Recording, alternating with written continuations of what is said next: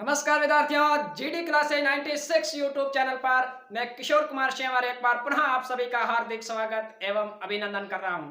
विद्यार्थियों, हम राजस्थान सामान्य ज्ञान में कला व संस्कृति के अंतर्गत हिंदू धर्म के प्रमुख त्योहारों के बारे में चर्चा कर रहे थे। विद्यार्थियों, हमने पिछली कक्षा में भाद्रपद महीने को पढ़ लिया था और आज इसी श्रृंखला में हम पढ़ने वाले हैं आश्विन महीने के प्रमुख त्योहार। विद्यार्थियों, हमने अपनी पिछली कक्षा में पढ़ा कि भाद्रपद महीने की जब पूर्णिमा आती है तो उस पूर्णिमा से श्राद्ध पक्ष प्रारंभ हो जाते हैं। कौन सी पूर्णिमा?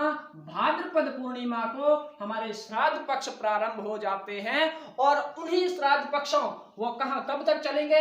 आश्विन की जब अमावस्या आएगी तब तक चलने वाले हैं। भाद्रपद की पूर्णिमा से लेकर के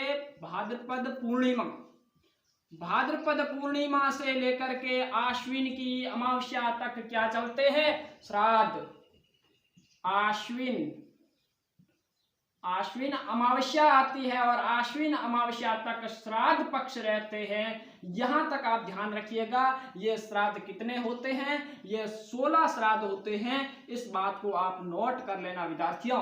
अब मैं आपके सामने एक राजस्थानी कहावत रख रहा हूं। आप इसको राजस्थानी कहावत समझिए या एक प्रकार की ट्रिक समझिए। विद्यार्थियों, आपके ये परीक्षा में ये ट्रिक बहुत हेल्प करने वाली है, आपका सहयोग करने वाली है, क्योंकि इस ट्रिक से आपको आश्विन महीना और कार्तिक महीने के प्रमुख त्योहार आसानी से याद हो जाएंगे। और साथ में यह भी ध्यान रखिए, आपको यह श्राद्ध पक्ष है, ये क्या है? श्राद्ध पक्ष। ये श्राद्ध पक्ष क्या होते हैं और ये किस प्रकार चलते हैं, इन तमाम बातों पर हम विस्तार से चर्चा करने वाले हैं। तो विद्यार्थियों, आइए हम एक बार इस ट्रिक को देख लें, इस राजस्थानी प्रचलित कहावत को देख लें और इसके बाद में हम जो भाद्रपद की पूर्णिमा है तब से श्राद्ध प्रारंभ होते हैं और उन श्राद्धों के बारे में बड़े विस्तार से चर्चा करेंगे और अपनी आगे कड़ी को जारी रखेंगे।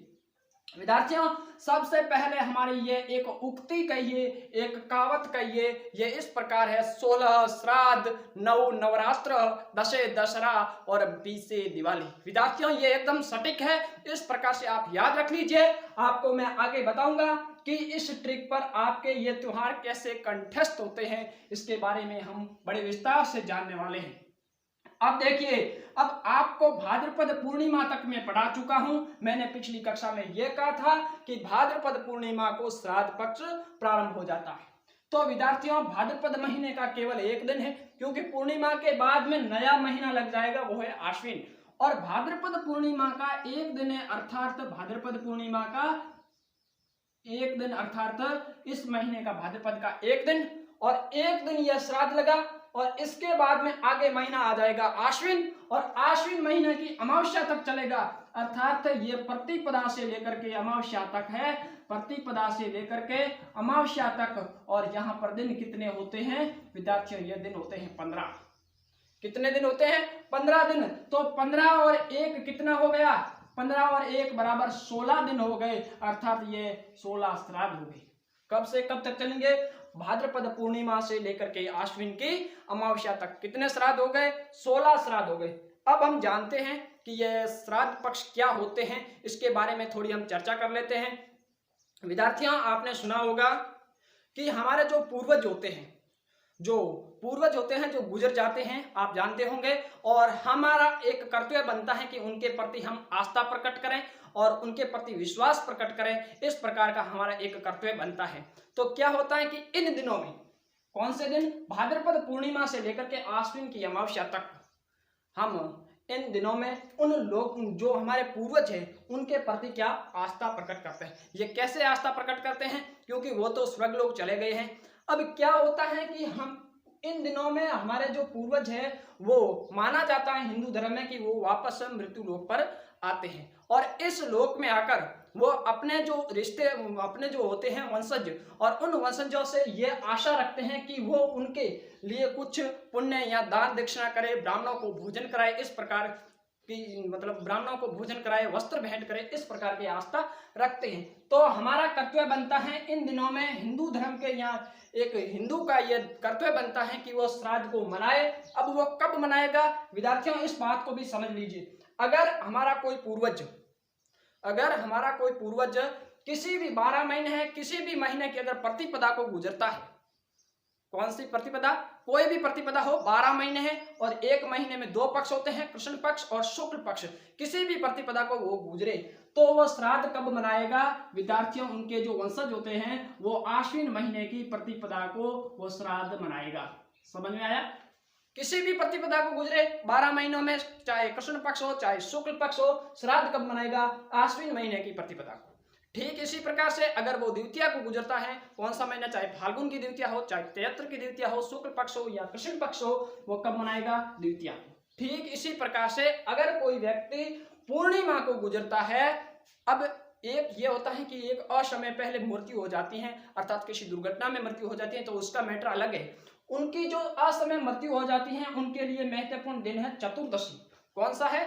चतुर्दशी को वो श्राद्ध मनाएगा। कौन सी चतुर्दशी? आश्विन की चतुर्दशी आती है, कृष्ण पक्ष की, और आश्विन के कृष्ण पक्ष की चतुर्दशी को कौन श्राद्ध मनाएगा? जिस व्यक्ति की असमय मृत्यु हो जाती है उनके वंशज जो श्राद्ध पक्ष मनाते हैं वो इस चतुर्दशी के दिन मनाते हैं। और साथ में यह भी ध्यान रखिए, ये जो पूर्णिमा का दिन है, पूर्णिमा की अगर किसी को मृत्यु हो जाती है, पूर्णिमा कितनी होती है? एक वर्ष में पूर्णिमाएं कितनी होती है बताइए? प्रत्येक महीने में एक पूर्णिमा, अर्थात 12 पूर्णिमा होती है। 12 पूर्णिमाओं में से किसी भी पूर्णिमा के अगर किसी उसी के पूर्वज की मृत्यु होती है तो वो व्यक्ति इसी दिन अर्थात भाद्रपद की पूर्णिमा को श्राद्ध पक्ष मनाएगा। ठीक इसी प्रकार अमावस्या को। अब क्या होता है, कभी कभार हमारे पूर्वजों का हमें समय याद नहीं होता है कि हमारे पूर्वज की मृत्यु किस दिन हुई थी। इसका भी एक विकल्प है। विद्यार्थियों, जब आश्विन की अमावस्या आती है, इस आश्विन की अमावस्या को कहा जाता है महाश्राद्ध। क्या कहा जाता है? महाश्राद्ध। महाश्राद्ध का यह दिन है, कौन सा? आश्विन की अमावस्या। क्यों? विद्यार्थियों, जब किसी व्यक्ति को अपने पूर्वज के जो मृत्यु का दिवस होता है अर्थात पुण्यतिथि याद नहीं होती है तो वो आश्विन की अमावस्या को महाश्राद्ध के रूप में मनाता है, अर्थात उनका यह श्राद्ध दिवस माना जाता है। अब आपको ध्यान होगा कि जो हमारे जो पूर्वज होते हैं तो 3 ऋण माने गए हैं, जिसमें से एक पितृ ऋण भी होता है।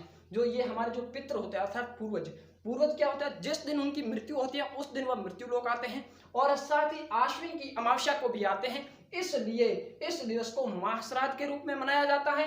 अगर आपको याद नहीं है तो आप इस महाश्राद्ध के दिवस पर भी आप श्राद्ध मना सकते हैं। समझ रहा हूं कि यहां तक श्राद्ध का कॉन्सेप्ट आपका क्लियर हो चुका है। हम आगे बढ़ रहे हैं। आप एक बात और याद रखिए विद्यार्थियों, जब श्राद्ध पक्ष मनाए जाते हैं इस दिनों में सांझी का पूजन भी प्रारंभ हो जाता है। विद्यार्थियों, आपने सुना होगा युवतियों का एक महत्वपूर्ण त्योहार सांझी पूजन। विद्यार्थियों, यह सांझी क्या होता है? क्या होता है सांझी पूजन? अगर समझा जाए तो विद्यार्थियों, सांझी का अर्थ तो आप सांझ से ले सकते हो, अर्थात आप ये समझ सकते हो कि शाम का समय, सांझी मतलब सांझ, संध्या का समय। ये सांझी क्या होता है? संध्या के समय युवतियां क्या करती है, घर की जो होती है, घर की जो दीवार होती है उस दीवार पर सांझी का पूजन करती हैं, अर्थात उसका अंकन करती हैं गोबर और पीली मिट्टी से। किससे? गोबर प्लस पीली मिट्टी से सांझी तैयार करती हैं। पीली मिट्टी, यह इनका त्योहार पूजन 15 दिनों तक चलता है। और इसके बाद में जैसे ही नवरात्रा की प्रतिपदा आएगी, मतलब आगे महीना कौन सा है? आश्विन, और आश्विन महीना है, आश्विन महीना ही चल रहा है। आश्विन महीने की जब प्रतिपदा आएगी, प्रतिपदा शुक्ल पक्ष की, नवरात्रि शुक्ल पक्ष में प्रारंभ होते हैं, तब शुक्ल पक्ष की प्रतिपदा आएगी। उस प्रतिपदा को ये सांझियां तैयार की हुई वो युवतियां कहाँ? नदी में बहा देती हैं, अर्थात पानी में बहा देती हैं। माना जाता है कि ये युवतियां अपने अच्छे वर की प्राप्ति के लिए इस प्रकार की सांझी का पूजन करती हैं। विद्यार्थियों, आपको एक बात और नोट कर लेनी है कि आपने नाथ द्वारा का नाम सुना होगा। नाथ द्वारा कहाँ पड़ता है? राजसमंद में पड़ता है। राजसमंद, नाथ द्वारा राजसमंद में एक सांझी प्रसिद्ध है, वो है केले की सांझी। यह सवाल पूछा जाता है, केले या कदली की सांझी कहाँ की प्रसिद्ध है? केले की सांझी कहाँ की प्रसिद्ध है, तो आपको ये ध्यान रखना है कि केले की सांजी है वो नाथ द्वारा की प्रसिद्ध है। विद्यार्थियों साथ में एक बात को और नोट कर लीजिए, एक मंदिर है मत्स्येंद्रनाथ, मत्स्येंद्रनाथ, मत्स्येंद्रनाथ मंदिर, यह कहां पर है, यह उदयपुर में स्थित है। उदयपुर में मंदिर स्थित है मत्स्येंद्रनाथ मंदिर, और इस मंदिर को कहा जाता है सांझी का मंदिर। क्या कहा जाता है, सांझी का मंदिर।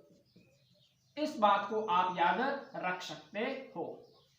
यहां तक का आपका कॉन्सेप्ट क्लियर होना चाहिए। हमने ये पढ़ लिया, 16 श्राद्ध का कॉन्सेप्ट क्लियर हो गया, सांझी का प्रमुख कॉन्सेप्ट हमारा क्लियर हो गया है। अब मैं आगे बढ़ रहा हूं, आप अगर स्क्रीनशॉट लेना चाहे तो ले सकते हो। आगे बढ़ रहे हैं हम, स्क्रीनशॉट के लिए समय आपके लिए।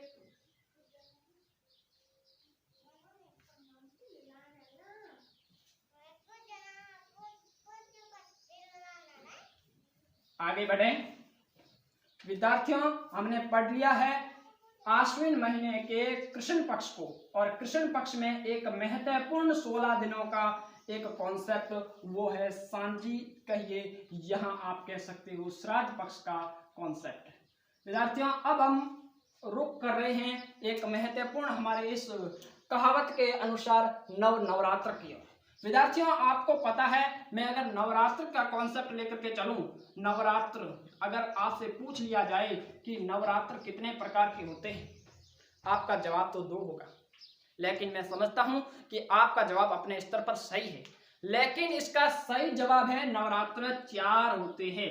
कितने होते हैं, 4 होते हैं। अब वह कौन कौन से होते हैं हम चर्चा करने वाले हैं। विद्यार्थियों सबसे पहले हमारा चैत्र महीना आता है, और चैत्र महीने में नवरात्र आते हैं। आपको पता होगा चैत्र महीने में नवरात्र आते हैं। नवरात्र हमेशा ध्यान रखिएगा शुक्ल पक्ष में आएंगे, कभी कृष्ण पक्ष में नहीं आते हैं, इसलिए आपको 1 नंबर पर तो याद रखना है चैत्र। और नंबर 2 पर मैं बात करूं तो नवरात्र आते हैं आषाढ़ में, आषाढ़ महीने में नवरात्र आते हैं। और नंबर 3 पर मैं बात करूं तो विद्यार्थियों नवरात्र आते हैं आश्विन महीने में। और नंबर 4 पर मैं बात करूं तो नवरात्र आते हैं माघ महीने। चलिए यहां तक मैं आपका एकदम, हम 4 प्रकार के नवरात्र पढ़ने वाले हैं, और ये चारों ही हमारे परीक्षा की दृष्टि से बहुत ही महत्वपूर्ण स्थान रखते हैं। विद्यार्थियों हम अक्सर पढ़ते हैं चैत्र के नवरात्र और आश्विन के नवरात्र। आज मैं आपको यह भी बताऊंगा कि आषाढ़ के नवरात्र क्या होते हैं और माघ के नवरात्र क्या होते हैं। विद्यार्थियों आप देखिए, जब चैत्र के नवरात्र आते हैं तो हम उसको कहते हैं वासंतीय नवरात्र,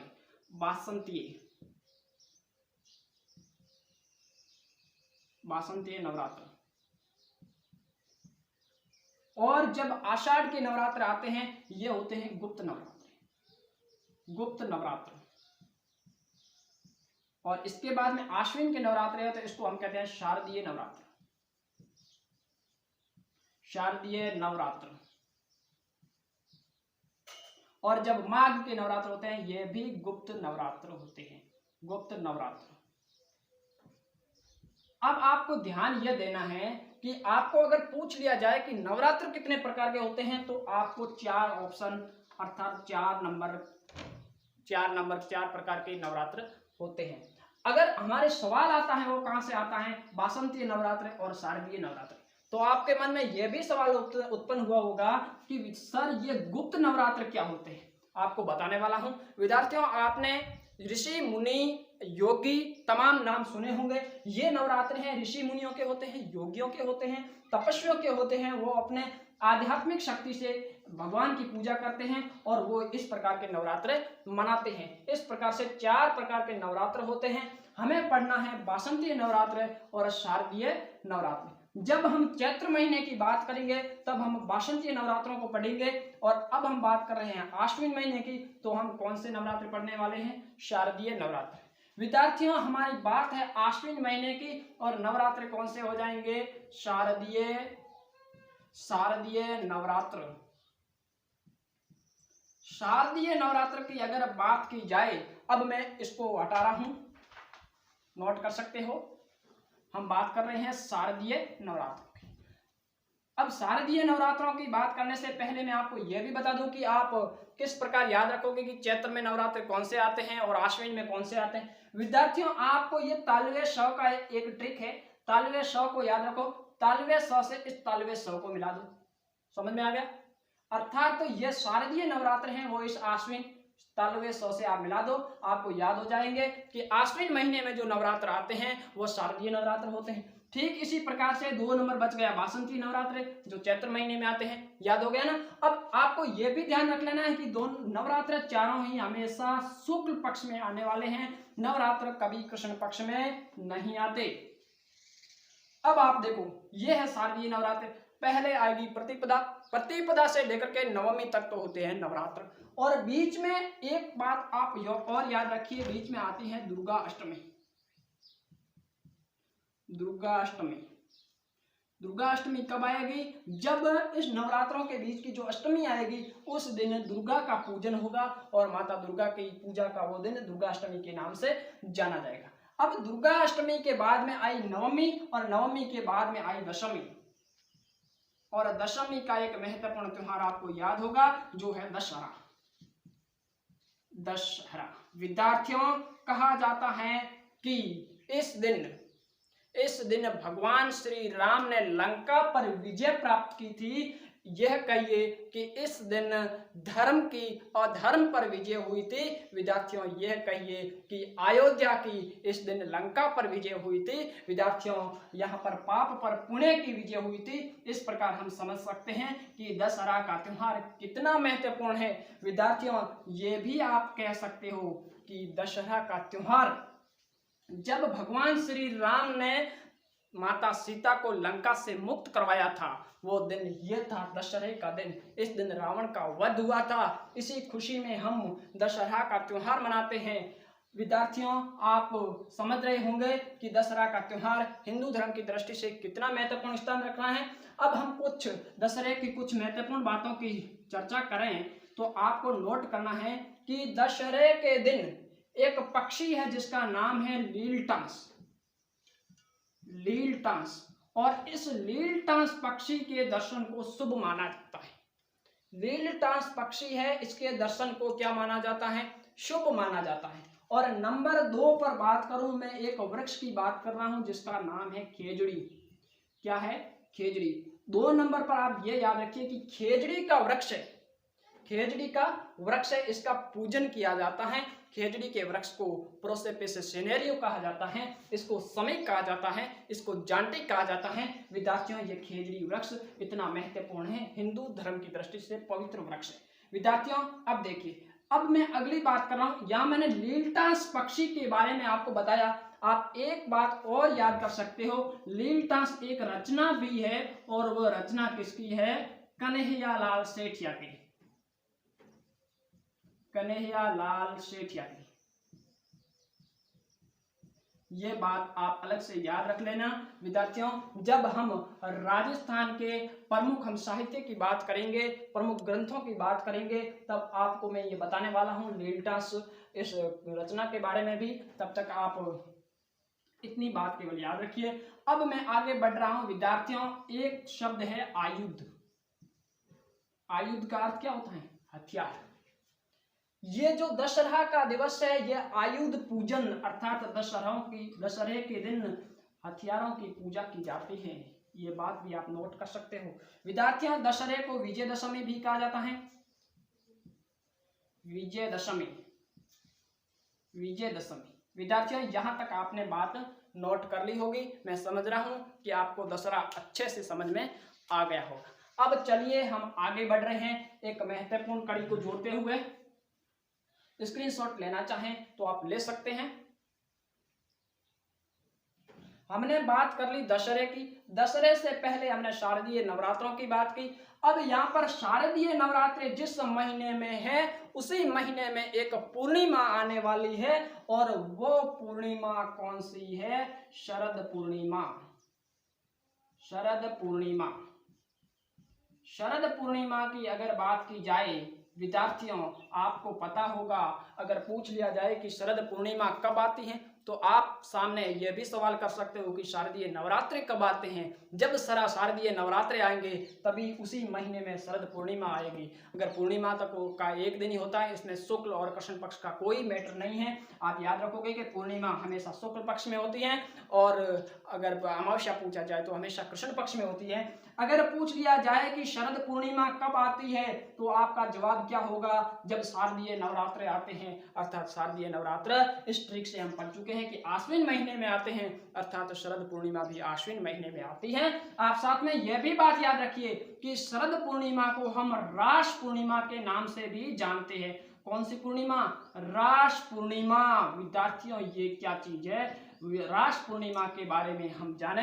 रास पूर्णिमा इसलिए कहा जाता है क्योंकि इस दिन चंद्रमा अपनी षोडश कलाओं, कितनी कलाएं? चंद्रमा की षोडश कलाएं मानी जाती है।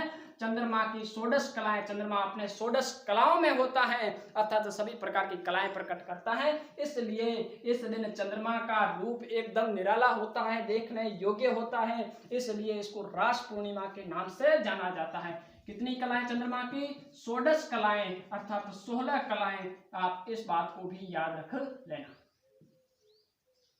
यहां तक का कॉन्सेप्ट क्लियर? पूर्णिमा आ गई अर्थात आपका आश्विन महीना क्लियर हो गया। हमने आश्विन महीने को बड़े अच्छे से पढ़ लिया है। अब मैं कार्तिक महीने की ओर रुख कर रहा हूं। आप यहां तक अच्छे से समझ चुके हैं।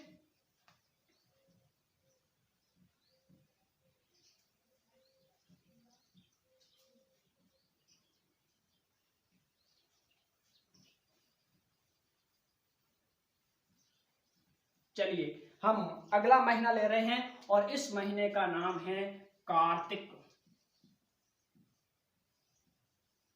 कार्तिक महीने की बात की जाए तो विद्यार्थियों सबसे पहले आएगा कृष्ण पक्ष, और कृष्ण पक्ष का एक महत्वपूर्ण त्योहार आता है, वो चतुर्थी को आएगा। चतुर्थी विद्यार्थियों, चतुर्थी का नाम सुनते ही आपके जहन में कार्तिक चतुर्थी का एक महत्वपूर्ण त्योहार जिसको हम करवा चौथ के नाम से जानते हैं विद्यार्थियों, जिसको हम करक चतुर्थी के नाम से जानते हैं। और ये कब आई? कृष्ण पक्ष की चतुर्थी। कृष्ण पक्ष की चतुर्थी, कार्तिक महीना। कौन सा महीना? कार्तिक महीना, कृष्ण पक्ष की चतुर्थी। विद्यार्थियों आपको ये याद कैसे रखना है यह भी मैं बताऊंगा, लेकिन इससे पहले आप ये भी सुन लीजिए कि कार्तिक या करवा चौथ का सुहागिन स्त्रियां व्रत करती हैं। ये सुहागिन स्त्रियां क्यों व्रत करती हैं? सुहागिन स्त्रियां इसलिए व्रत करती हैं कि वो चाहती हैं कि उसके पति की लंबी आयु हो, उसकी दीर्घायु हो। साथ में केवल यह बात नहीं है, साथ में यह भी होता है कि घर परिवार अर्थात गृहस्थी सुख समृद्धि में हो। इस प्रकार से इस करवा चौथ का व्रत किया जाता है। यह केवल व्रत सुहागिन स्त्रियों के द्वारा किया जाता है। इस बात को आप नोट कर सकते हो। विद्यार्थियों इसको याद कैसा रखा जाए? आपको पता है कि कार्तिक में एक वर्ड आ रहा है के, और अगला है कृष्ण पक्ष। कृष्ण पक्ष में भी के आ रहा है, समझते जाइएगा। कृष्ण पक्ष में भी के वर्ड आ रहा है और कार्तिक में भी के शब्द आ रहा है। अब देखिए के और के, दो के हो गए, और साथ में आपको याद रखना है इसको कहा जाता है करवा चौथ और इसको कहा जाता है करक चतुर्थी। अर्थात कितने के हो गए? 4 के। अब आप समझिए, अपने ट्रिक बना लीजिए कि के फॉर नाम की एक मिसाइल है। मिसाइल का नाम क्या है? के फॉर नाम की मिसाइल है। यह मिसाइल सुहागिन स्त्रियां अपने पति की लंबी आयु के लिए भगवान के सामने फायर करती है, अर्थात भगवान की अपने पति की लंबी आयु की कामना करती हैं, भगवान से कहती हैं कि हे प्रभु, हमारे प्रभु की लंबी आयु करिए। इस प्रकार से आप इस ट्रिक से आप ये याद कर सकते हो कि कार्तिक चतुर्थी या करवा चौथ कितनी महत्वपूर्ण है। अब विद्यार्थियों आप समझोगे कि जब पति की लंबी उम्र की कामना की और ये दृश्य पुत्रों ने देख लिया, तो विद्यार्थियों कहा जाता है कि जिस सुहागिन के जो पुत्र होता है, विद्यार्थियों इसके बाद में एक महत्वपूर्ण त्योहार आता है अहोई अष्टमी। अहोई अष्टमी विद्यार्थियों, अहोई अष्टमी के दिन वही महिलाएं अपनी पुत्र की लंबी आयु के लिए, अपनी संतान की लंबी आयु के लिए भगवान का व्रत करती है, शिव पार्वती का व्रत करती है और भगवान से कामना करती है कि हे भगवान, मेरी संतान सुख व समृद्धि पूर्ण हो। इस प्रकार आपको 2 महत्वपूर्ण त्योहार याद हुए होंगे। जब कार्तिक का कृष्ण पक्ष आया तो सबसे पहले महिलाओं ने अपनी पति की लंबी आयु के लिए व्रत किया और उसके बाद में अपनी संतान की लंबी आयु के लिए इस प्रकार आप ये दो महत्वपूर्ण त्योहारों को एक दूसरे से जोड़कर याद रख सकते हो। और मैं समझ रहा हूं कि यहां तक आपको समझ में आया होगा।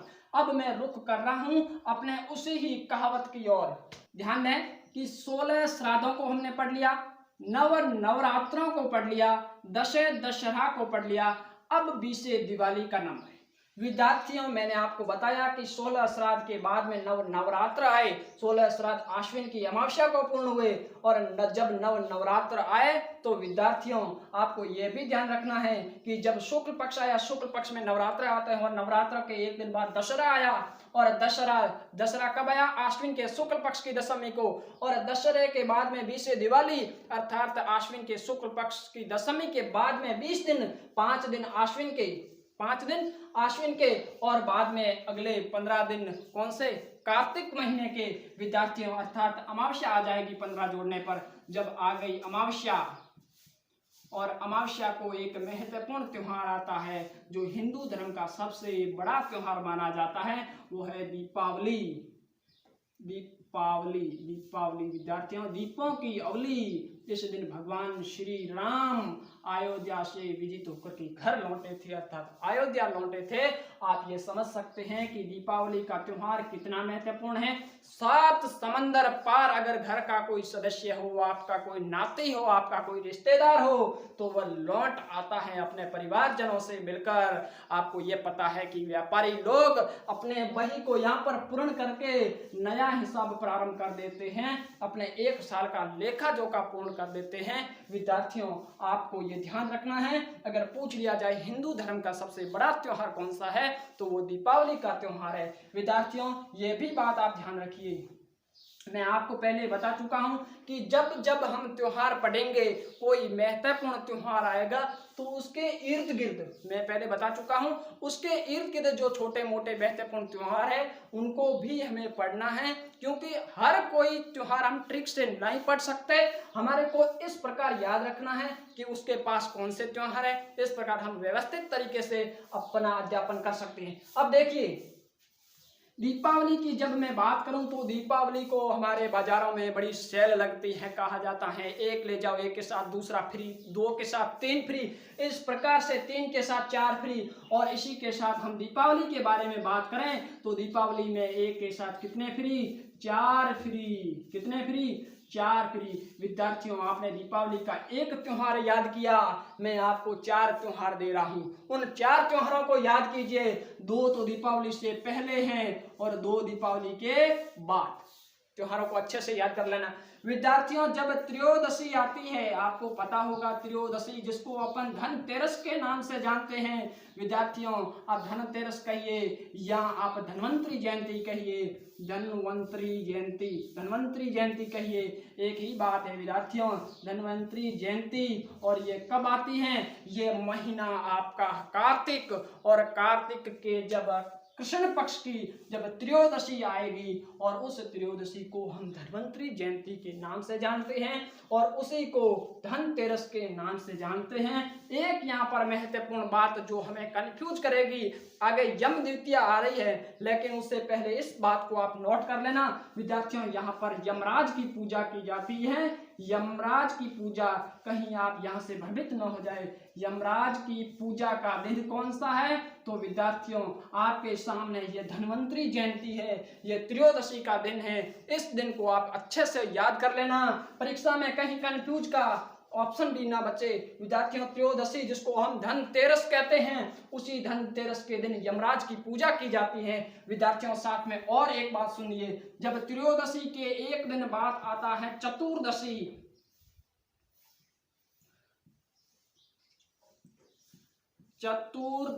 चतुर्दशी का त्योहार आपको पता होगा, एक श्रृंगार का दिवस है, रूप चतुर्थी के नाम से जाना जाता है। रूप चतुर्दशी या रूप चौदश के नाम से जाना जाता है। आशा करूंगा कि दीपावली से पहले आपके तमाम त्योहार कंठस्थ हो गए होंगे। अब हम दीपावली की बात पहले से ही कर चुके हैं और दीपावली के बाद के त्योहारों की ले लें तो आप समझिए शुक्ल पक्ष आ रहा है। आगे। और शुक्ल पक्ष की दीपावली के एक दिन बाद एक महत्वपूर्ण त्योहार आता है जो प्रतिपदा को आता है, जिसको हम गोवर्धन पूजा के नाम से जानते हैं। गोवर्धन पूजा, गोवर्धन पूजा, गोवर्धन पूजा का दिन है। ये कब होता है विद्यार्थियों? ये जब प्रतिपदा आएगी शुक्ल पक्ष की। प्रतिपदा कौन से पक्ष की? शुक्ल पक्ष की। कौन सा महीना पढ़ रहे हैं हम? कार्तिक महीना पढ़ रहे हैं। कार्तिक महीने की प्रतिपदा आएगी शुक्ल पक्ष की, उस दिन गोवर्धन पूजा का त्योहार होता है। साथ में अगर जब द्वितीया आएगी, अब द्वितीया आएगी तो द्वितीया को एक महत्वपूर्ण त्योहार, हम एक त्योहार भाई और बहन का पढ़ चुके हैं, और एक दूसरा त्योहार जो भैया दूज के नाम से जाना जाता है विद्यार्थियों। इस बात को आप ध्यान रखिएगा कि भैया दूज का त्योहार कब आता है, तो आपको यह ध्यान रखना है कि जब शुक्ल पक्ष की प्रतिपदा द्वितीया आएगी, कौन से महीने की विद्यार्थियों? कार्तिक महीने के शुक्ल पक्ष की द्वितीया आएगी, तब भैया दूज का त्योहार मनाया जाएगा। और इसी भैया दूज के त्योहार को इसी दिन यम दूज के नाम से जाना जाता है। ये यम दूज होती है विद्यार्थियों। आप अच्छे से समझ गए होंगे, यहाँ तक का कॉन्सेप्ट अपना क्लियर हो गया होगा। हमने जो दीपावली के साथ 4 महत्वपूर्ण फ्री त्योहार पढ़े वो 2 पहले पढ़ चुके हैं, एक धन्वंतरी जयंती, एक रूप चतुर्दशी, और इसके बाद दीपावली के 2 बाद महत्वपूर्ण त्योहार गोवर्धन पूजा और भैया दूज या यम दूज अच्छे से पढ़ लिया होगा। अब हम आगे बढ़ रहे हैं। यहाँ तक आप अगर स्क्रीनशॉट लेना चाहे तो भी ले सकते हैं।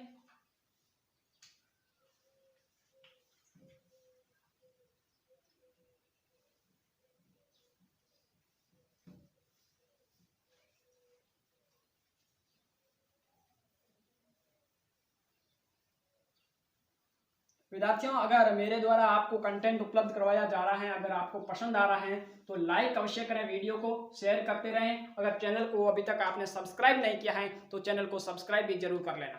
विद्यार्थियों, अब मैं बात करूं एक महत्वपूर्ण तिथि की। विद्यार्थियों, आपको यह ध्यान होना चाहिए, एक आती है नवमी।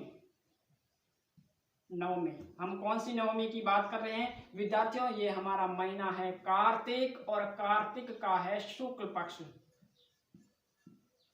शुक्ल पक्ष, कार्तिक के शुक्ल पक्ष की आएगी नवमी, और इस नवमी को हम आंवला नवमी के नाम से जानते हैं। आंवला नवमी, आंवला नवमी, या हम इसको अक्षय नवमी भी कह सकते हैं। अक्षय नवमी, आंवला नवमी कहिए या अक्षय नवमी कहिए। विद्यार्थियों, ये नवमी कब आती है? ये कार्तिक महीने के शुक्ल पक्ष की जब नवमी आएगी उस दिन ये त्योहार मनाया जाएगा। अब नवमी के बाद में मैं एक महत्वपूर्ण त्योहार की ओर रुख कर रहा हूं विद्यार्थियों, जिसके बारे में हम पहले भी पढ़ चुके हैं। एकादशी, कार्तिक महीने के शुक्ल पक्ष की एकादशी आप पहले भी पढ़ चुके हैं। मैंने आपको एकादशी का एक ट्रिक बताया था, ABC वाला ट्रिक, अगर आपको याद हो तो विद्यार्थियों। सबसे पहले हमने पढ़ा था एकादशी जो देवशयनी एकादशी, और इसके बाद में देवझूलनी एकादशी। देवझूलनी कहिए या विद्यार्थियों आप जल झूलनी कहिए। और नंबर 3 पर पढ़ा था देवउठनी एकादशी। ए से हमने पढ़ा था आषाढ़, और बी से हमने पढ़ा था भाद्रपद, और सी से हमने पढ़ा था कार्तिक। विद्यार्थियों, तीनों का मैंने आपको बताया था कि तीनों शुक्ल पक्ष में आने वाली है। ये आपको ट्रिक आपको अच्छे से याद होगा कि तीनों शुक्ल पक्ष में आएगी। ABC से आप इसको, इस क्रम को याद रखना, देवशयनी, देवझूलनी और देवउठनी। और सबसे पहले A, B और C। विद्यार्थियों, ये हम C वाला अब पढ़ रहे हैं एकादशी, जो कौन सी है? देवउठनी एकादशी। देवउठनी एकादशी। और इस एकादशी को मैंने आपको एक अन्य नाम भी बताया था, अगर आपको याद हो तो आप समझ सकते हैं कि देवता इस दिन से प्रबोध अवस्था में आ जाते हैं, अर्थात प्रबोधनी एकादशी के नाम से भी जाना जाता है। प्रबोधनी एकादशी, यहाँ तक आप समझ गए होंगे विद्यार्थियों। ये जब चतुर्मास, ये 4 महीने हैं, इसमें 4 महीने आते हैं आषाढ़ से लेकर के कार्तिक तक। ये 4 महीने चातुर्मास के नाम से जाने जाते हैं। अपने सामान्य भाषा में कहा जाता है चौमासा। ये वही चौमासे के दिन है। इन चौमासों के दिनों में आपको पता है शुभ या मांगलिक कार्य शुभ नहीं माने जाते। इस दिन शुभ या मांगलिक कार्य बंद होते हैं इन दिनों में। अब जब ही देव ऊठनी एकादशी आएगी, इस दिन एक विवाह माना जाता है तुलसी और शालिग्राम का। तुलसी और शालिग्राम का, भगवान शालिग्राम का विवाह माना जाता है और इस शालिग्राम का विवाह से हमारे शुभ कार्य प्रारंभ हो जाते हैं और हमारे यह विवाह का, यहाँ से विवाह के मुहूर्त अर्थात शुभ कार्य बंद होते हैं। इस विवाह के बाद हमारे विवाह यहाँ सावे प्रारंभ हो जाते हैं।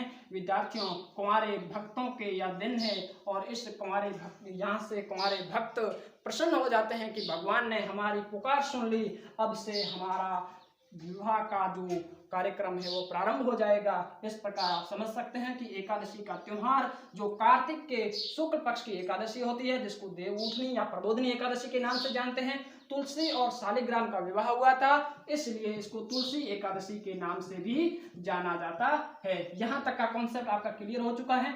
अब मैं आगे बढ़ रहा हूँ। एकादशी के बाद में एक महत्वपूर्ण त्योहार ले रहा हूँ और जो अंतिम त्योहार है, जो पूर्णिमा आता है। विद्यार्थियों, कौन सी पूर्णिमा? कार्तिक महीने की पूर्णिमा।